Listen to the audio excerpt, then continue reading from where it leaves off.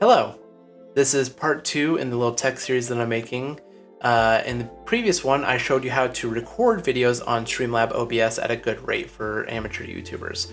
For this one, I'm going to show you how to edit videos at a good quality for amateur YouTubers. So what we're going to do first is open up Davinci Resolve. As you can see, I already have files and projects on here, but what we're going to do is make a new project. We'll call it 2.0. And we're going to import media, which will go into the media pool here. There it is, import media. Go to, say, any gameplay footage you have. We'll say I'll input my last one. So we're gonna hit that, hit open. And this is where it's gonna tell you to change project frame rate. You're gonna hit yes.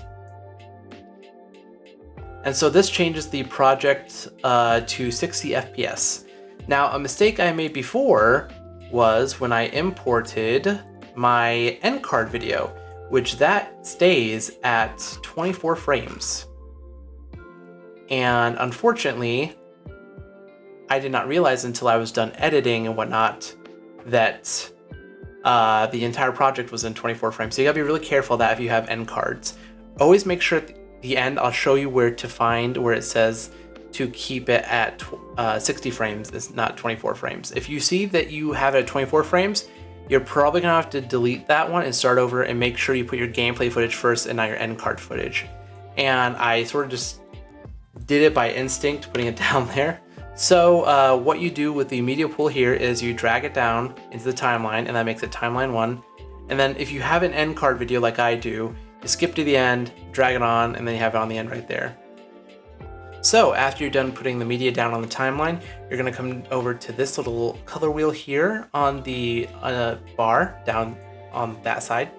And you're going to come to this box here. You're gonna hit right click and then go to that, add serial.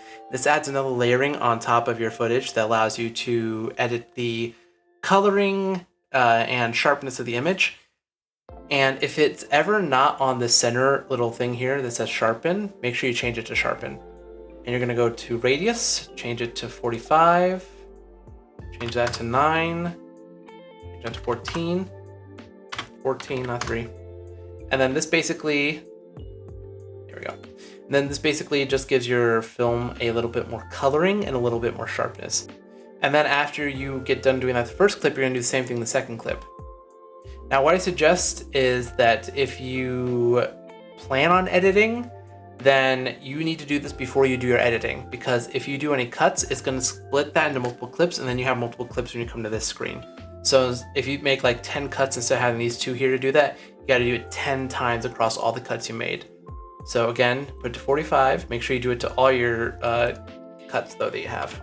9, 14. And that's pretty much all you need to do.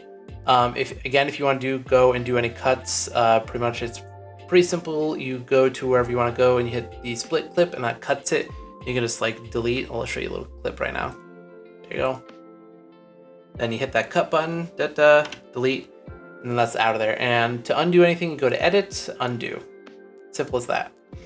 Now I'm going to show you how I encode my videos. So we're gonna go to here, go to browse.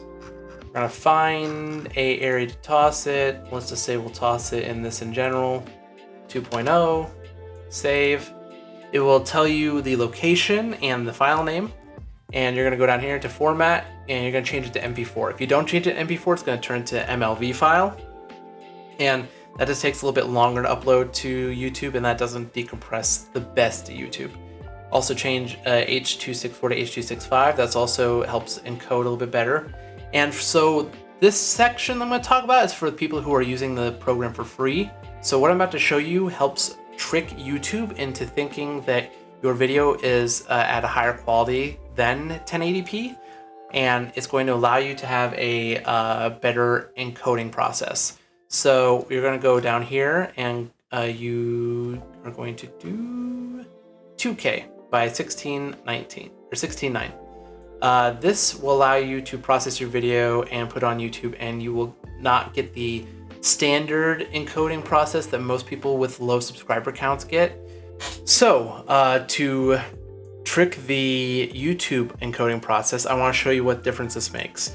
So this is a live stream I did that I did not upload at 2K in a way.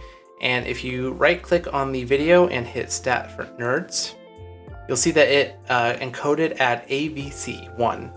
Now, if you use the 2K trick like I showed you, and this is a playthrough video that I did, you're gonna go Stats for Nerds and you're gonna get VP09. Now this is a little bit of a higher encoding process, but you see it goes from 52,000 to 76,000. That's like an extra 20,000 kilobytes.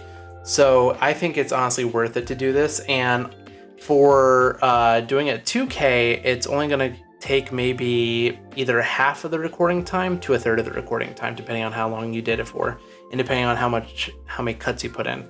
So if you put that, you're gonna leave the frame rate at 60 and you're gonna go to restrict and you're gonna type in 60,000 kilobytes. And then for the rate control, you're gonna do constant bit rate. Now, I don't remember if this is for the free version. If it's not, then again, you can still do the restrict to the kilobytes. But if you can do rate control, do constant bit rate. Now, the next one I'm going to show you is for people who have the paid version. You can upscale it to 4K, and that way you'll also get 4K on YouTube. But if you try to upscale to 4K, if you don't have the paid version, you'll have watermarks on your YouTube video. And honestly, upscaling to 4K makes your video end up processing at twice the original length. Because I tried to process a 2-hour video with 4K and it had to process for 4 hours. Whereas when I tried to process with 2K, the video only had to process for 50-ish minutes, if that even. So I would suggest the 2K because this has a higher turnover rate and gives you that higher encoding rate. And then when you're all good to go, you add to the render queue, add to higher resolution renders. It will say maybe the image quality will go down. You just say okay, and then you click render all, and then basically, after it's done rendering, it will go to the pathway where you have it set up for the location. And then all you do is you take it to YouTube and upload it from there. It's easy as that. And that's how you edit amateur YouTube videos. This is just the formula that works for me for a high turnover rate for videos. The 2K, I think, is a really great way to get a better encoding rate, a little bit of a better image. Every little bit helps. Doing this will give you a edge over people who are just throwing random video footage onto the internet and using the YouTube editing process to do it, where you could do this for free. It's just a tiny bit more extra effort, but again, everything counts in the end. If you want, I appreciate it if you guys would go check out my link tree down below and check out all my other socials like my Twitter, my Insta, my Twitch, and even my Patreon, where I am making new goals and making new tiers. These two videos that I have for this little thing here, I'm not going to put behind any tiers. I'm going to put them out as soon as I'm done editing them. That way you guys have access to them ASAP. I really just want to help out my fellow small content creators. And if you couldn't tell, this video was not really scripted at all. This is more freeform content. It was something that was in my head and I just wanted to get it out there. So I do apologize for the informalness and some of the mess ups. I'm gonna do my best to edit it down and make it a little bit more professional. But as I said earlier in either this video or the previous one, I will also leave all the links to all the softwares that I use and everything that I was talking about on these videos. So if you guys have any questions or whatnot about how I do my YouTube stuff, I'm more than happy to answer them in the comments down below. Also in my link tree is my Discord. It's an open invitation. So if anybody wants to come in there and just chat, give idea suggestions, or just ask questions, you're more than welcome. I just really want to grow the community and I want to do my best for you guys. So I hope you appreciate this. I've really been thinking about this for a while, and it took me a long time to learn my own formula. I hope it helps you guys out. So yeah, this is Cyber Warlock signing off, and I'll see you in the next one. Later.